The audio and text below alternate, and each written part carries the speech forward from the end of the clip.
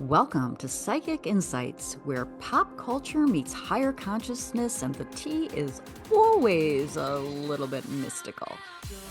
I'm Robin Richardson, your psychic girlfriend, and around here we don't just watch the drama unfold. We read the energy behind it, whether it's celebrity scandals, reality TV, chaos, or true crime with a twist.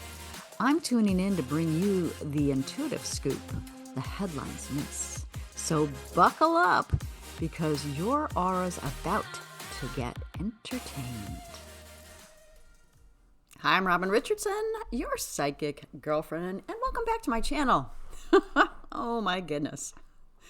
The Laura Owens story is heating up, and I had a question on my channel that I actually think is a very intelligent question.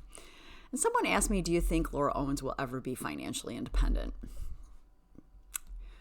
So that question opens a bigger conversation, and it's not just about her. It's about money, responsibility, identity, and what happens when emotional narratives collide with real-world systems. So today I want to look through this topic about her through a psychic lens and using the human design, which I've been talking about, using astrology and the gene keys. And I wanted to show you the gene keys. This is like amazing, all right? This is a system that helps you connect your higher purpose. And we've seen just basically through Laura, it's just a way to understand yourself better. And I'm always interested in that. You can see I've got, you want to see my chart? Here's my chart. Just a lot of stuff going on here, right? So it's just a way to kind of understand yourself, and what you've come here to experience and how to leverage that energy so that you can live in alignment. So that's kind of like my plain brief talk about that. So, yes. So let's do a recap on Laura Owens' story so everybody's kind of on the same page. Laura Owens is currently facing multiple felony charges, including perjury, fraud, and fraudulent schemes, and she's kind of a mess, right? So she's publicly stated that she has not earned income for roughly 2 years, and she's financially supported by her parents, and that her parents themselves have filed for bankruptcy. And in the bankruptcy proceedings, the court determined that a trustee was needed to be involved to review her financial situation more closely, and that's really important because when a trustee is appointed, it signals that the court has concerns about her, transparency, accuracy of reporting, compliance with financial requirements, and whether all the material facts are being disclosed. And at a recent hearing, Laura appeared without having submitted the appropriate documents requested, which is, we've seen this about her, right? So, but that detail matters. Not just morally, but structurally, because the courts don't operate on feelings. They operate on paperwork, compliance, and follow-through. So the question becomes, what is actually happening here energetically and structurally when it comes to money and independence? All right, so before I go further, I want to be clear, this is not predicting her legal outcome or diagnosing her psychologically or judging her worth as a human. This is an inquiry, as we do here on this channel, looking at the patterns using astrology, human design, gene keys, my Lenormand cards, and my personal psychic insights. And this is not an excuse, all right? So just we know this is not an excuse, but it is an inquiry into her patterns. And human design does not determine destiny. It shows where alignment supports stability and where misalignment creates collapse. So think about this. And my word for the year for me, and my general theme is alignment, right? Alignment. So think about that. Keep that in the back of your head here. Well, when we're talking about all of this, when it comes to your own life and when we're going over Laura's. All right, so let's talk about her core human design overview, right? So Laura is a projector, just in case you're new here and you're learning a little bit about human design. She's a projector with emotional solar plexus authority. She has an open sacral. She has an open ego, and she has a split definition and a life theme that's heavily narrative driven. And here's the simplest way to really understand that. This is not a design built for sustained grind, self-generated hustle, bureaucratic systems, or high-pressure administrative responsibility. And that does not mean capable. It just means context matters, right?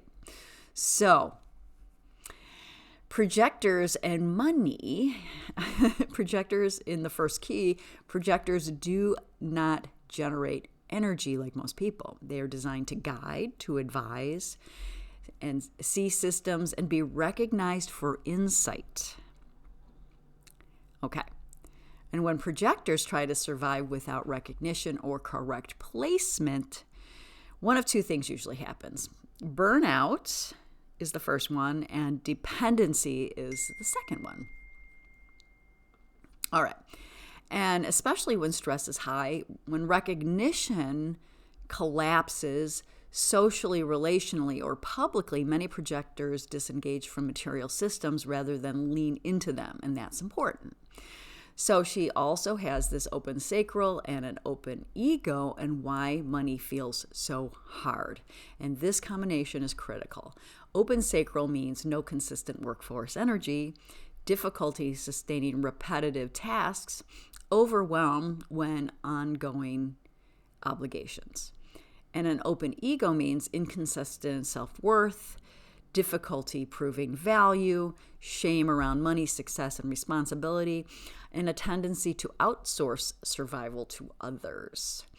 And this is one of the most common configurations we see in long-term financial dependency, especially when the person has never been properly supported in alignment with their strengths. Money doesn't feel empowering here, it feels exposing. All right, so let's add the emotional authority and the avoidance under pressure. Emotional authority requires time and space to process. Under stress, especially legal or financial stress, it can look like delayed action, avoidance, overwhelm, dissociation from consequences. So showing up to a trustee hearing without the correct document is not random. From an energetic perspective, that behavior signals emotional overload, shutdown, inability to engage with systems that feel shaming or punitive. This is not rebellion, it's collapse. She also has a split definition, and that combined with a system failure, split definition often struggles with multi-steps systems. Linear bureaucracy, paperwork, administrative follow-through. And we've seen her file things or do things that were a little incorrect, I guess we could say. So when support breaks down, splits often missteps, freeze, feel confused even when instructions are clear, and she avoids rather than asking for appropriate help. And that pattern shows up repeatedly here. So from the Gene Keys lens, there is a deeper money story. So let's bring that in and why this is where things get clearer. Okay. Now the Gene Keys work on the shadow, so the shadow energy, the gift energy, and the city spectrum. Okay. So right now we are seeing shadow expression, not integrated gifts. So she has there's a strong shadow theme around dependency.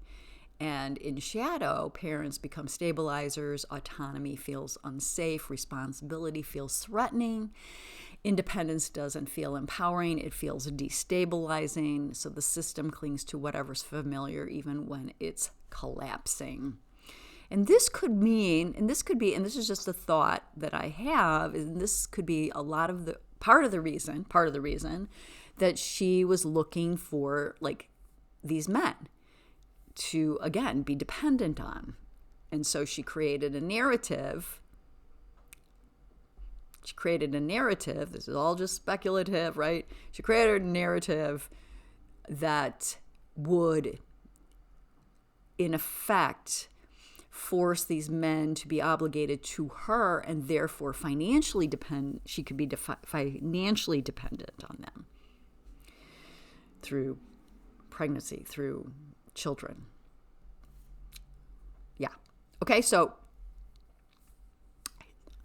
it's really interesting to look at her pattern. She's fascinating as a pattern. Cautionary tale, but, interesting patterns.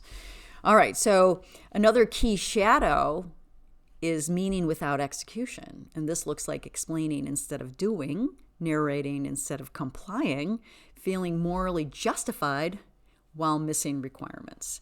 And gene keys are really clear here. The insight without structure does not stabilize material life. Okay, so the shadow 3 here for her is fear motivation plus emotional overwhelm can also create. So she's got the fear freeze. So this energy kind of creates this paralysis when she has this emotional overwhelm, missed deadlines, avoidance of authority, executive functioning shutdown.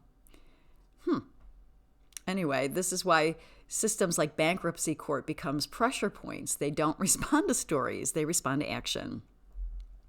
So let's go back to the question, will she ever be financially independent? And here's the most honest, grounded answer I can give you. Financial independence is not impossible, but it's unlikely without a profound internal shift. And that shift would require letting go of identity battles, accepting structure instead of resisting it, receiving guidance without narrating around it, working with systems, not against them, allowing humility instead of control. Until that happens, dependency patterns tend to repeat. Human design doesn't doom anyone, but it does show where resistance creates stagnation. And so why this trustee thing matters, right?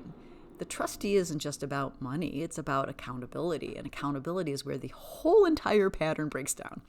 And when someone cannot meet accountability, even when consequences escalate, it tells us that emotional survival is still overriding reality and structure is still being avoided and independence is not yet safe inside the nervous system. So this could be an explanation as to why, when faced with 14 felony charges, when faced with possible prison time, she can't accept that or face that as a reality for her. So those of us who are rational, logical, and maybe more in alignment with our energetic patterns, when we are more out of the shadow and we're more into our own gifts, this is why we don't get it, right? We're like, what the? I know for me, I'm just like, really? But, this is Laura's patterns. But this really isn't just about Laura. It's a lesson for every empath, intuitive, or sensitive person out there watching, because insight doesn't replace structure. Feelings don't override facts, and stories don't pay the bills. So, avoidance also is just not a good thing. It compounds the consequences on every level, not just financial. Okay? So being sensitive doesn't exempt you from reality. It requires you to engage in it more skillfully. And, for my own personal story, I've always been provided for. I've always had money, but there has been an avoidance piece for me on how to invest. Like, that's a subject matter that I'm interested in, but I avoid because of whatever. I don't know. So I'm taking an investment course, and I'm pretty excited about it because I am ready to face and master the energy and that pattern that I have, okay? So in closing, that was just a little tidbit about me. And I don't mind sharing that with you because I'm really excited about growth. So when people ask me, will she ever be financially independent? What I hear is a deeper question. Can someone shift from survival through story to stability through structure? And that's really the work. And that's where everything changes or doesn't. And this kind of grounded psychic insight, if this resonated with you, make sure that you like and subscribe and share and let me know your thoughts. And if you're someone trying to untangle your own relationship with money or patterns, responsibility, and identity, well, I help people do that, including myself, So feel free to check out my website at yourpsychicgirlfriend.com. And I also offer a 2026 forecast. But if you're more interested in learning about your patterns and would like to have that type of this next year forecast so that you can get in alignment with your patterns, just order it, shoot me an email, and let me know that you'd want me to focus on that particular pattern for you, and I'm happy to do that.